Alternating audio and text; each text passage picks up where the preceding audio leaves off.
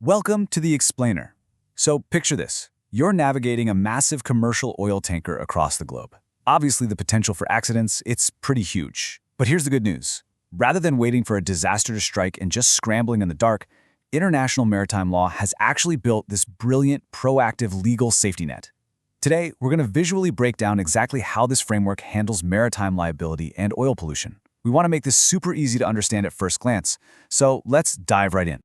Okay, so to make sure we cover all of this logically, here's our roadmap. We'll kick things off with the warship exception, look at who makes the rules, move right into funding and liability limits, break down administration and enforcement, and then finally, we'll wrap up with the big picture.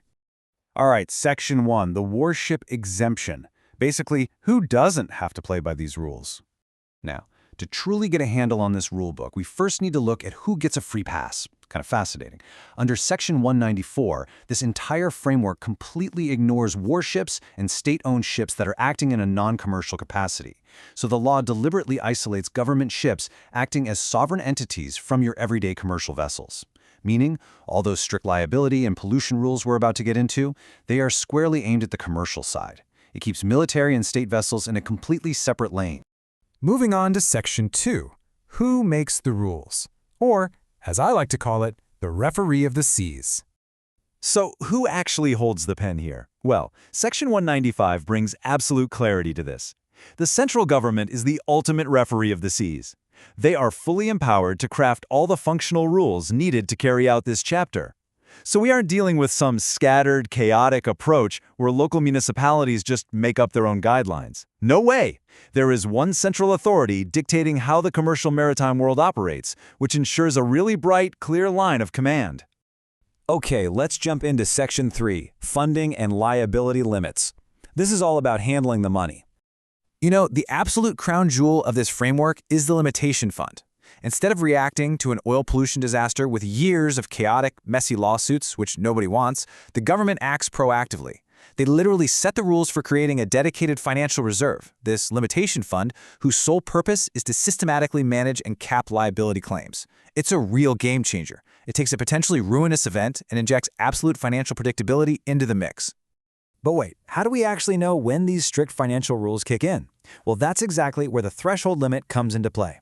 The government has the explicit power to set a hard limit on the tonnage of oil carried in bulk that triggers these regulations. And this is absolutely crucial because it ensures the law is perfectly targeted. It clearly differentiates between, say, a small cargo ship just carrying a few barrels of oil for its own engine, and a massive supertanker hauling thousands of tons of oil as cargo. When we look at the government's financial powers altogether, the scope is honestly incredible. They dictate the rules for the limitation fund, they set the threshold limits for tonnage, and they determine the absolute limits of liability for pollution damage. By controlling these three pillars, the central government is essentially engineering the entire financial risk model for commercial oil transport. It completely transforms what could be a messy environmental risk into a highly logical, structured system. All right, Section 4, Administration and Enforcement. Let's look at the procedures. So, how do these broad legal powers actually play out on the ground? Well, the framework outlines a highly organized chronological procedure. Step 1. Issue a formal notice, with the government defining the strict timeline and particulars. Step 2. Officially establish that limitation fund we just talked about. And finally, Step 3. Adjudicate the claims arising from the incident. It's this precise 1-2-3 operational rhythm that completely replaces post-disaster chaos with enforceable legal clarity. But you know, the law isn't just focused on disaster response. It's also about the daily administrative machinery that keeps the whole maritime industry turning.